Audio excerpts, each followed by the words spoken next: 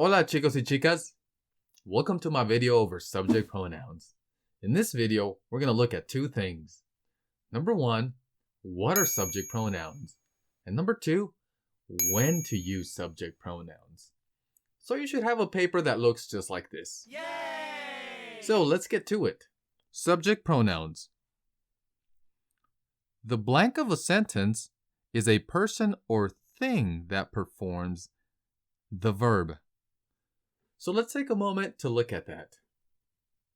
Something of a sentence is performing the verb. Well, that is known as the subject of the sentence. Take, for example, this simple sentence. John runs fast. Who is running in this sentence? John. So John is the subject of the sentence. The subject of a sentence is a person or thing that performs the action. Blank, blank are used to replace the subject. So when we looked at our simple sentence, John runs fast, we discovered that the subject is John. But we can replace the name John with a subject pronoun. We could replace the name John with he runs fast. He is a subject pronoun. He has replaced John. Subject pronouns are used to replace the subject. Let's take a moment to look at our English subject pronouns. So our English subject pronouns, we have I, you, when we're talking to one person, he when we're talking about a boy, she when we're talking about a woman, and it, we, is a group that includes myself. Our plural you, which we tend to use y'all a lot, or our plural you is when we are talking to at least two people, and they. Let's look at the examples here. It says underline the subject of the first sentence. In the blank, replace the subject with a correct subject pronoun. So step number one is going to be to underline the subject of this first sentence. So in number one, we have Jim is angry. Well, our subject is Jim. He's the one that's being angry. And now we're going to replace Jim with a subject pronoun. Meaning we're going to rewrite the sentence without Jim's name and still say the same thing. So instead of Jim is angry, we could say he is angry. Number two, you, Matt, and I are sick. The subject of the sentence is you, Matt, and I because all three are sick. So we need to replace you, Matt, and I with one subject pronoun. Now, it does include this very important person, which is me, I. When that happens, our subject pronoun is going to be we, because we is a group that involves me. So, we are sick. Number three, Mary and Tim like soccer. So, who likes soccer? Mary and Tim. Mary and Tim are the subject of the sentence. So now we need to replace Mary and Tim with one subject pronoun. And it's a group of people that doesn't involve me and that I'm not talking to them. So Mary and Tim like soccer. We can also write this sentence as they like soccer. Number four, I walk to class. The subject is obviously I because I is doing the walking. So this is neat here because I is already a subject pronoun, so there's no need to replace it with anything. I remains I because I is already a subject pronoun. Number five, you and you run fast. Okay, here's the tricky one. We have you and you.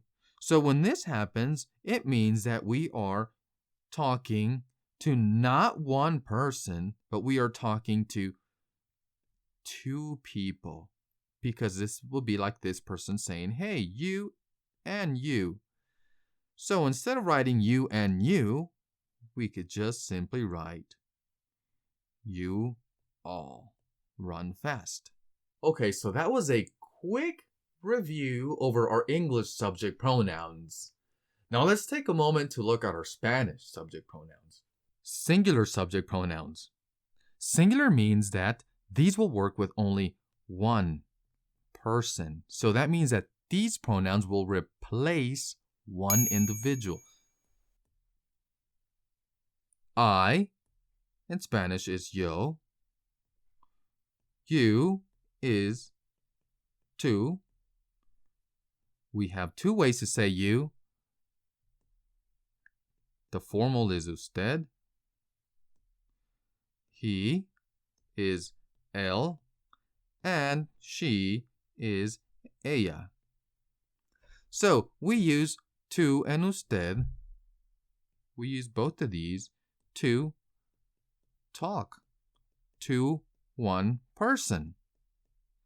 And we use he and she to talk about one person. Let's look at our examples. Underline the subject of the first sentence. In the blank, replace the subject with the correct subject pronoun. So, number 1, Jim is atlético. Who is athletic? The subject of the sentence, Jim. Now we need to replace Jim with a subject pronoun. So, which one of all of these at the top could we replace Jim with? Well, we know that Jim is not I. We know that we aren't talking to Jim. We're talking about one boy. So we're going to use él. Él es atlético. He is athletic. Number 2. María es sociable. The subject is María. And we're going to replace María with one subject pronoun. We're going to replace it with ella, which means she. Ella es sociable. Number 3. Yo soy Mark. The subject of the sentence is yo, and here's again, same scenario. Yo is already a subject pronoun, so we don't change it to anything. It can't replace itself. So, yo soy Mark. And number 4. Tú eres inteligente. You are smart. The subject of the sentence is tú, and look at that. Tú is already a subject pronoun.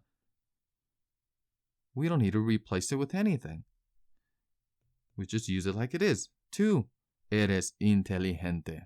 Okay, so those are our singular subject pronouns. Remember, those are used to replace only one person in the sentence.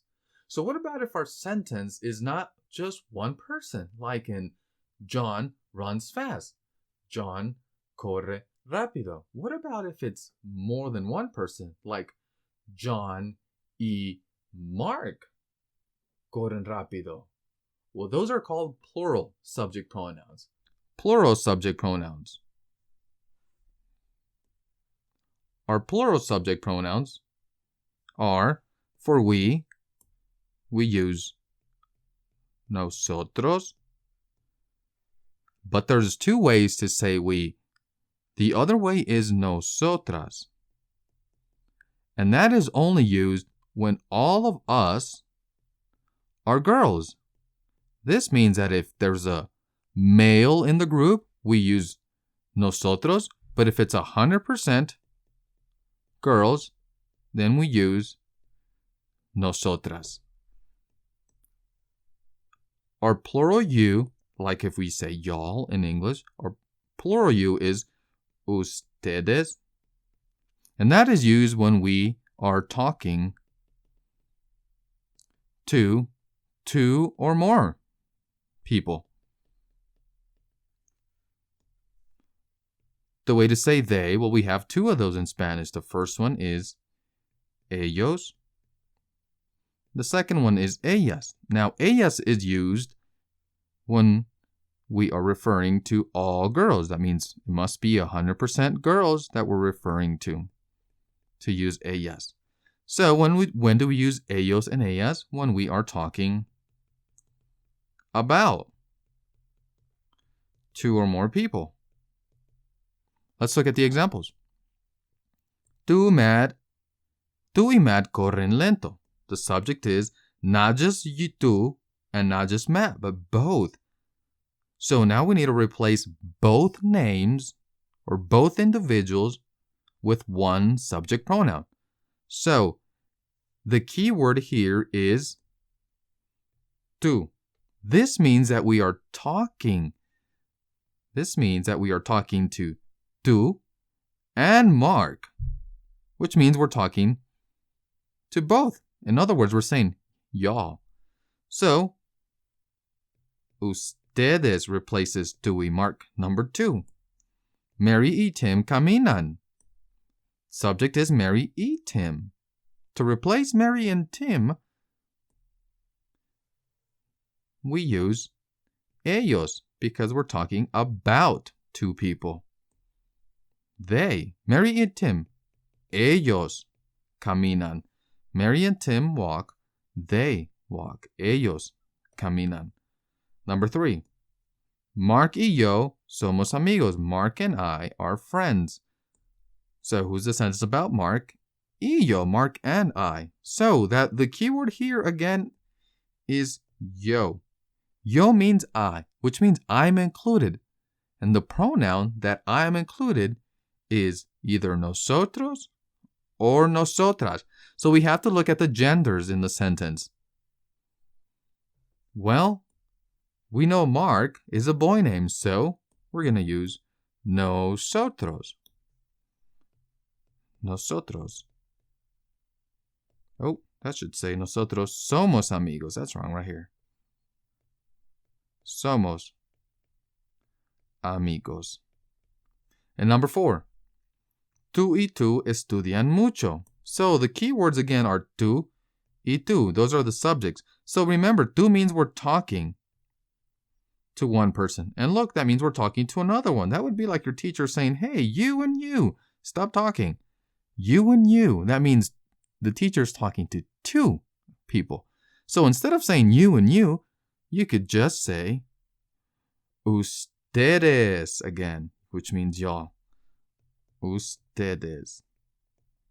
So I know that might have been a little bit quick, but those are our Spanish subject pronouns. Now, they aren't that difficult to memorize. They're actually pretty simple to say. We have yo, tú, usted, él, ella, nosotros, nosotras, ustedes, ellos, ellas. We have a total of 10 subject pronouns in Spanish.